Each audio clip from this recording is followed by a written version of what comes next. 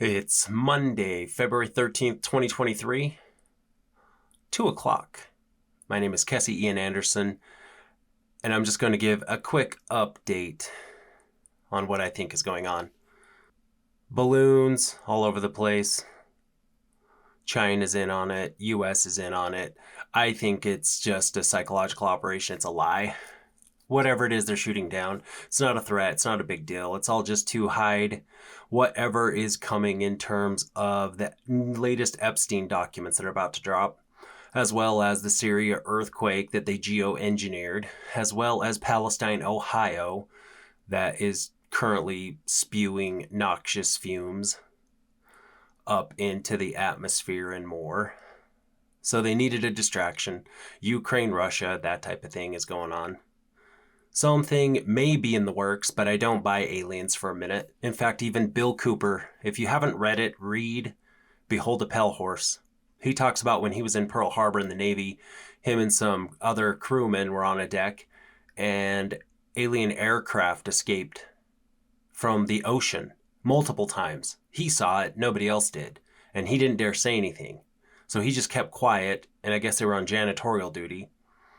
But the ship, this alien aircraft or whatever, he couldn't describe it. It was like a saucer shape, he said, would go up into the sky, come back down, went back into the ocean, came back out of the ocean, went back up, and he said it did it effortlessly, as if it had some sort of force field or something around it. Anyway, while he was sitting there, one of his co-workers screamed, "What the heck is that?" And so he was now validated with another person, and then all three of them saw what was going on. He got called down to speak to the captain, and they were basically threatened to not say anything. Well, there's video going around about him in an interview where he says there is no such thing as aliens, there's no evidence showing it. So what could those aircraft have been? Years ago, many years ago, back in 1972, I was sitting at my desk at about 4:30 in the morning at the headquarters of the Commander-in-Chief of the United States Pacific Fleet, arranging the information that had come in over the last 24 hours into a logical order so that we could prepare a briefing for the Admiral and his staff, which would take place later that morning. Among the papers I found on my desk was a document entitled Operation Majority, and it was not the entire paperwork involving this operation, but was merely a synopsis of the operation and projects contained under it. One of these projects was called Project Red Light. The purpose, according to this document, was to back-engineer captured extraterrestrial technology for adaptation into the United States space program. Now, I have since come to believe that the extraterrestrial portion of all of this is nonsense, but that the technology is real. I believe that many of us were shown these documents over the years so that later we would talk about it. I mean, how can you keep the existence of extraterrestrials, if they were real, a secret? And how could anyone keep quiet knowing that they had seen documentation, official government documents labeled top secret, that expressed that these extraterrestrials were real and had visited this earth? I wanted to know just how true all of this was, and I began a program of research to find out if extraterrestrials were real. The first thing I did was collect every bit of documentation that I could find, both from the Freedom of Information Act, from the research of others, from books that had been printed on the subject of UFOs, and of course through my network of friends in the intelligence community. What I discovered was amazing. What I discovered, ladies and gentlemen, is that there has been a plan in existence since about 1917, and probably before that, to create an artificial extraterrestrial threat to this earth in order to create a one-world totalitarian socialist government. One of the first documents that I found in my search was this one. The Imperial Japanese Mission 1917, a record of the reception throughout the United States of the special mission headed by Viscount Ishii. And when the Imperial Japanese Mission was in New York City, they had a dinner and some pretty famous people spoke at this dinner. One of them was John Dewey. John Dewey is the father of our failing, disastrous public education system. Here's what he said. Listen very carefully. John Dewey, professor of philosophy in Columbia University, who was the next speaker, was listened to with great intentness. He said, quote, "Someone remarked that the best way to unite all the nations on this globe would be an attack from some other planet. In the face of such an alien enemy, people would respond with a sense of their unity of interest and purpose." Unquote. Now, bear in mind, folks, that's 1917. One of the next documents that I found, and I found quite a few, but one that's pretty important is called the Report from Iron Mountain, the probability and desirability of permanent peace. Now, I encourage you to find this book, wherever you can find it. I don't know where you can get it, but find it. Page 66. Credibility, in fact, lies at the heart of the problem of developing a political substitute for war. This is where the space race proposals, in many ways so well suited as economic substitutes for war, fall short. The most ambitious and unrealistic space project cannot of itself generate a believable external menace. It has been hotly argued that such a menace would offer the last best hope of peace, etc., by uniting mankind against the danger of destruction by creatures from other planets or from outer space. Experiments have been proposed to test the credibility of an out-of-our-world invasion threat. And it continues on another page. Nevertheless, an effective political substitute for war would require alternate enemies, some of which might seem equally far-fetched in the context of the current war system. It may be, for instance, that gross pollution of the environment can eventually replace the possibility of mass destruction by nuclear weapons as the principal substitute for war. Are you beginning to get the message, folks? Poisoning of the air and of the principal sources of food and water supply is already well advanced, and at first glance would seem promising in this respect. It constitutes a threat that can be dealt with only through social organization and political power.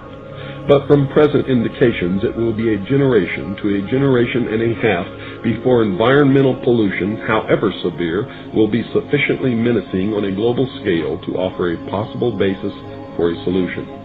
However unlikely some of the possible alternate enemies we have mentioned may seem, we must emphasize that one must be found of credible quality and magnitude if a transition to peace is ever to come about without social disintegration. It is more probable, in our judgment, that such a threat will have to be invented rather than developed from unknown conditions. Ladies and gentlemen, they have created so many alternate enemies in order to bring about their one-world totalitarian socialist state that we don't know which enemy to believe is real or is false, or whether to just toss them all out on their ears. And I think that that is probably going to be the best solution. Disarmament is no accident. All of these bills in Congress to take away our weapons is no accident. The intentional environmental pollution of our lakes, rivers, streams, oceans, forests, everything is no accident, as you just heard. These things were planned many, many years ago. All the bombardment of the public with movies about flying saucers in the 50s, right after the United Nations Treaty was signed and the UN Participation Act was pushed through Congress, and all of the incidents since that have convinced the majority of the American people that flying saucers are real and extraterrestrials exist, and that flying saucers are from an extraterrestrial origin. This is being promulgated in many ways, by television commercials, in the movies, in the newspapers, by creating incidents either real or imagined. I believe, because of my research and because of the extensive documentation that I've found and that is in my book, that this whole scenario has been created to give us an artificial alien threat from outer space. During the Reagan administration, he made 6 speeches, specifically talked about a threat from outer space by some other species from some other planet. 6, ladies and gentlemen. Why would the president repeat the same thing 6 times, tagged on to the ends of speeches by him? The speechwriters did not put that in the speech. Ronald Reagan added it himself. Perhaps we need some outside universal threat to make us recognize this common bound. I occasionally think how quickly our differences worldwide would vanish if we were facing an alien threat from outside this world. This was a powerful suggestion to implant into the minds of the people of the world that there really is a threat from some other species, from some other planet to this Earth. Now, you people out there have been ignoring the UFO phenomenon for too long. It has all the earmarks of the most successful, most sophisticated mind control operation in the history of the world, and you are ignoring it. What better way to implement a plan to bring about a one-world government than to create the possibility in the minds of the people of the world that we are being threatened from some other species, from some other planet, and do it in a way that if anybody questions it or challenged it or wants to talk about it publicly, that they are ridiculed. And the ultimate goal is to make the Earth look very small, to present the people of the world with an external threat to this Earth, a superior race from some other planet, vastly superior to us in intellect, philosophy, and technology, in order to cause the dissolution of nation-states, the dissolution of all existing religions, and the formation of the world totalitarian socialist government. Government technology. How did they get it? Don't know. Maybe it was archaeological digs. Maybe it was interdimensional information they got through astral projection or whatever. I know all this sounds crazy, but there is evidence that shows through the CIA documents that they can do interdimensional astral projection with consciousness. However you want to interpret that. So maybe they have been speaking to entities. Maybe they got different information. Maybe it came through in archaeological digs and they found tech from an old civilization. However, the idea of aliens from another galaxy or planet in my world is off the table. I believe the Earth is bigger than they're telling us. I believe there are more continents than they're telling us. There's probably other civilizations that are humanoid like us, maybe not necessarily exactly like us, maybe a few more fingers, less fingers, height, size, whatever, but in theory, the same general basic idea of what a human is. I don't buy it's going to be aliens from outer space. They just need a distraction to keep the bread and circuses going longer. I'm sure we're going to be hit with another pandemic coming up. Rothschild supposedly is giving up the banking industry.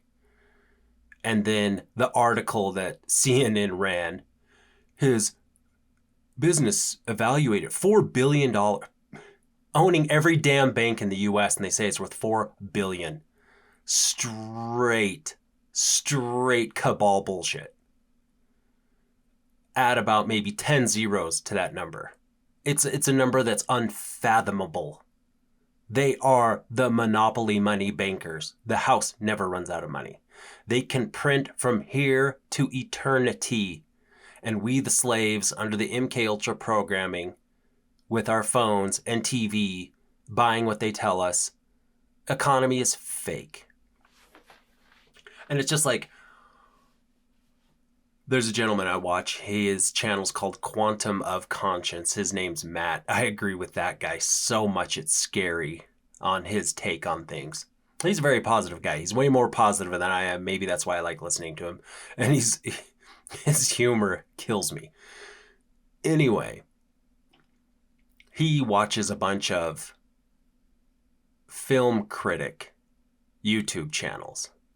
and they're all talking about the woke agenda and how movies are losing so much money, and oh no, they're going to change now because they're losing so much money and we can vote with our wallets. And he calls it out, just like I do. You cannot win with money. You cannot boycott. You cannot take on these systems. You cannot make these systems pay with money. It's not about money. It's just like the Joker in The Dark Knight. No, so crazy as you look. I told you, I'm a man of my word. Where's the Italian? Wait, Dr. Man, what do you do with all your money? You see, I'm a guy of simple taste. I enjoy, dynamite, and gunpowder, and gasoline. What's it? And you know the thing that they have in common? They're cheap. Said you were a man of your word. Oh, I am. I'm only burning my half. All you care about is money. This town, it deserves a better class of criminal. And I'm gonna give it to them. Tell your men they work for me now. This is my city. They won't work for a freak.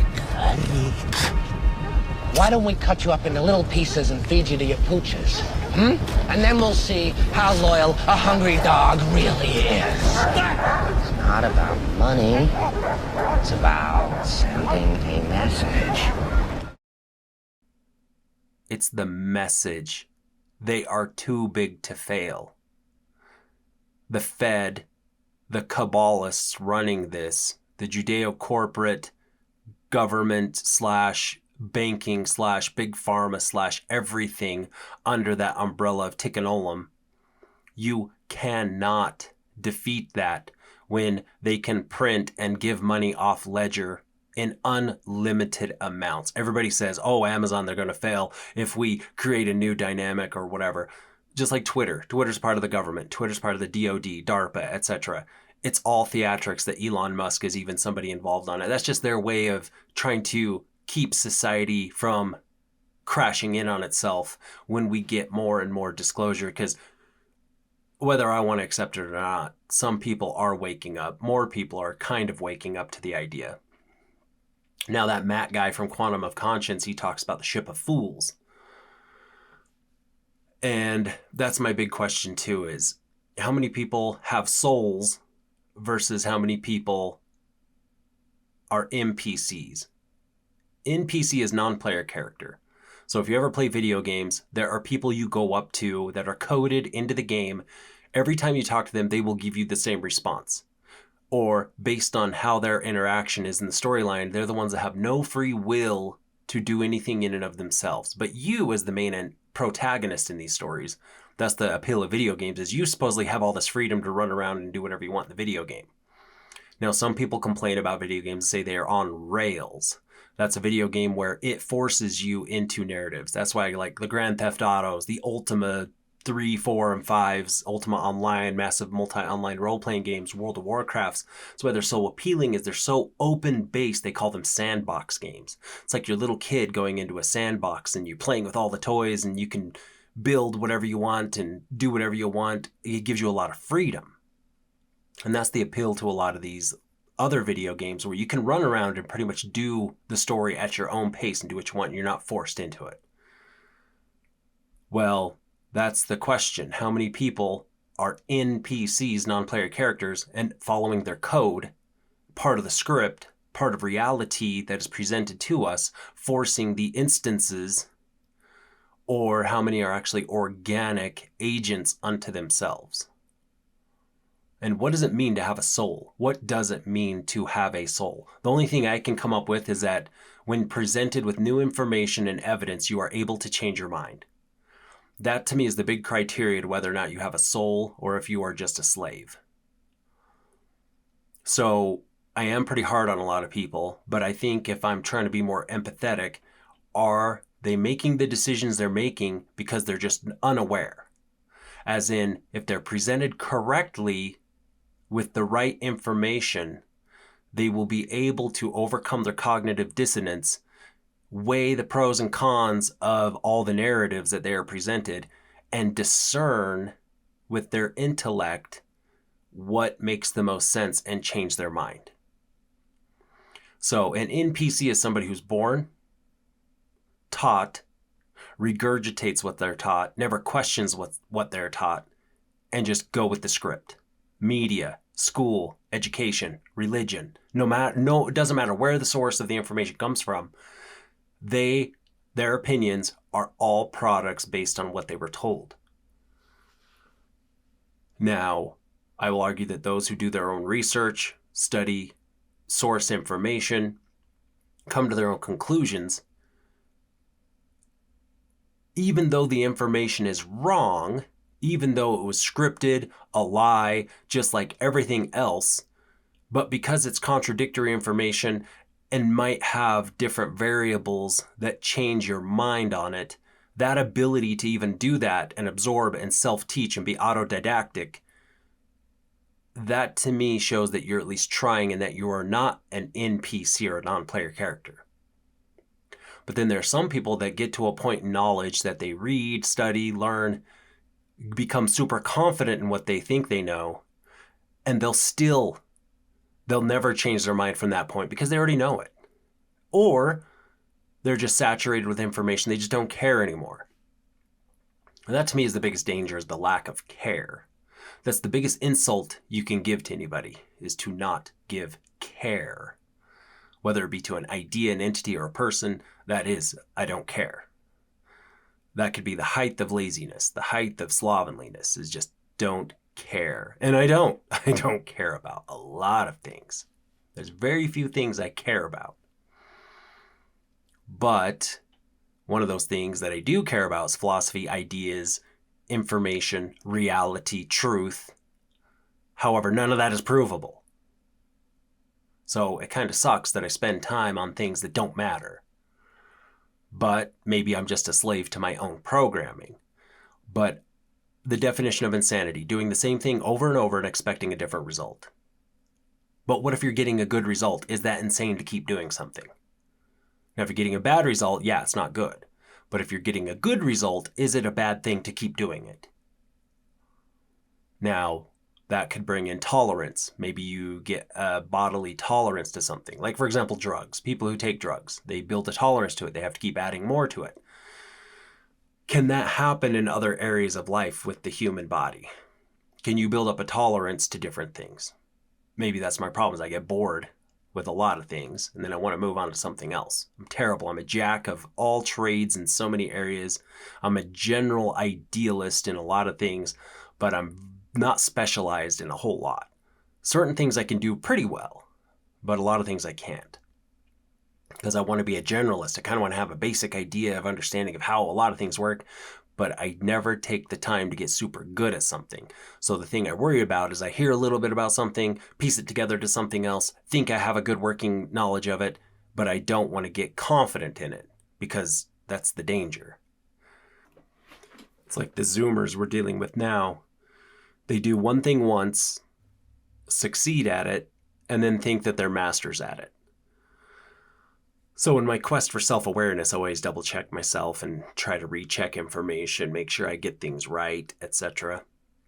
So there's a lot of things that I do jump on, pounce on, think that I'm right on, study it out a little further and be like, ooh, I got this nuance a little wrong.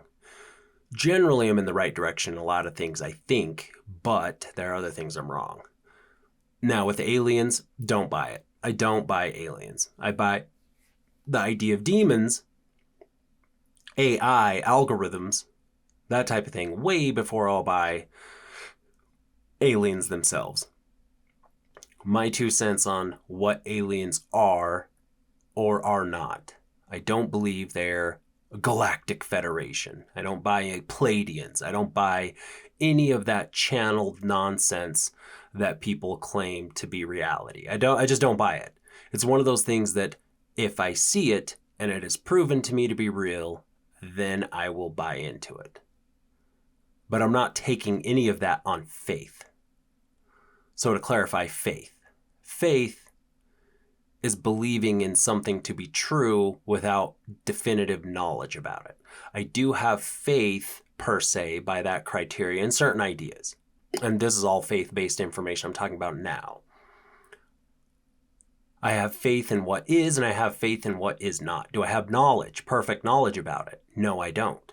But for aliens, for me to accept that they are anything other than human or human created, I will have to be given a ton of information. I could see a mothership show up, hover over my town. I still won't believe it's an alien aircraft. I'm going to buy it's government controlled and government ran.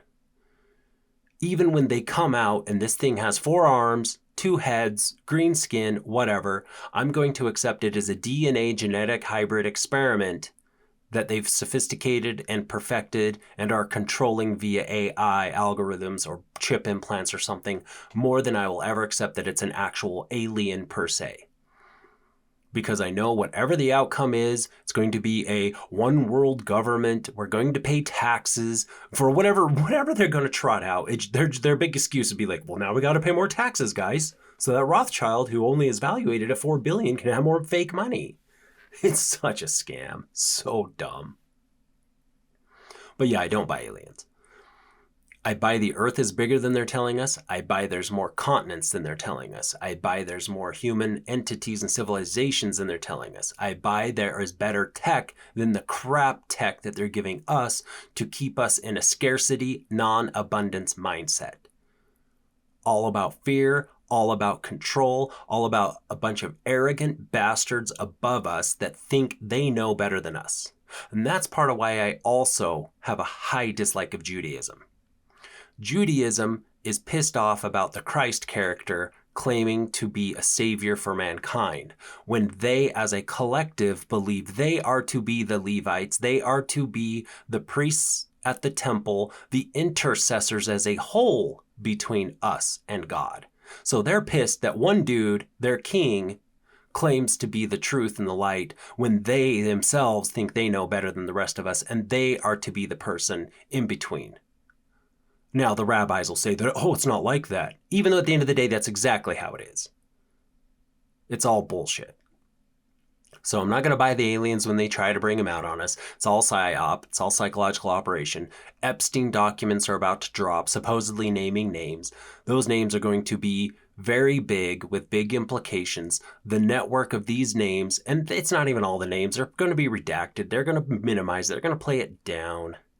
But a lot of these names should, if we follow them down to the Kevin Bacon degrees, like the 6 degrees of Kevin Bacon, if we follow all of their associates, all the people they've been interacting with, how has Israel kept these people blackmailed and in line and doing what they were told because of what Epstein and Ghislaine Maxwell and the Mossad has done to them? So even though we're only going to be given 167 names, what is their sphere of influence and how big was it and how much damage was done because of that? There's going to be way more people implicated than just these names.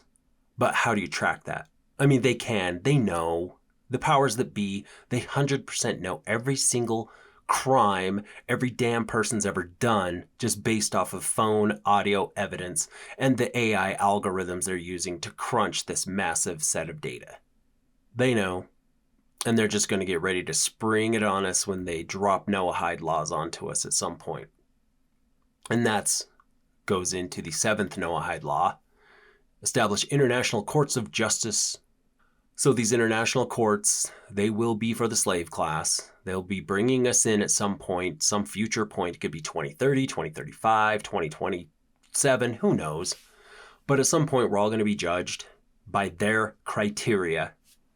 Your social credit score, all the Judeo-corporate, woke, total, stupid, retarded, Talmudic, Zoharic, stupid, dumb religion. I can't give enough synonyms to how stupid that doctrine is on all fronts.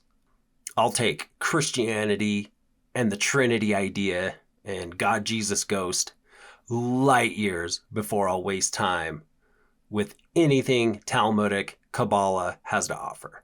It's just control, just slavery, just religious supremacy, dehumanization, etc.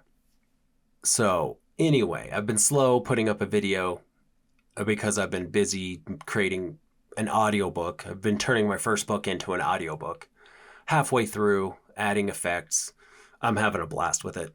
So when that's done, then I can drop it into the Audible market. So anyway, that's what's kept me busy for the last while. So again, I suggest if you all don't have hobbies or things that you want to take up your time with, I highly suggest getting some hobbies to either pastime, try to get as independent as possible, research as much information as you can in areas that interest you as well as areas that does not interest you. If there's something you don't know, how to wire a house with electricity, how to woodwork, how to build something, concrete, brick masonry, whatever. Any type of a skill, a hard skill that is applicable and applicable to whatever can assist you to try to get better and more independent. That's kind of how I'm living my life as much as I can. So, am I successful at it? Not near what I would need to be in order to pretend to even survive the first wave of a Mad Max scenario. So at some point, the clowns running the show are going to do something very stupid. And if they present it as aliens, if they present it as whatever, I don't know what they have planned other than another pandemic to try to con us into injecting crap into our bodies again. But it's the world we're stuck living in as we are slaves to the money system that they run. So hopefully we can figure out how to no longer pay taxes to pedophiles. Because that's apparently the only way you get in. Be a pedo, child rapist, child murderer, along those lines. So anyway, I'm done venting for now. Until next time.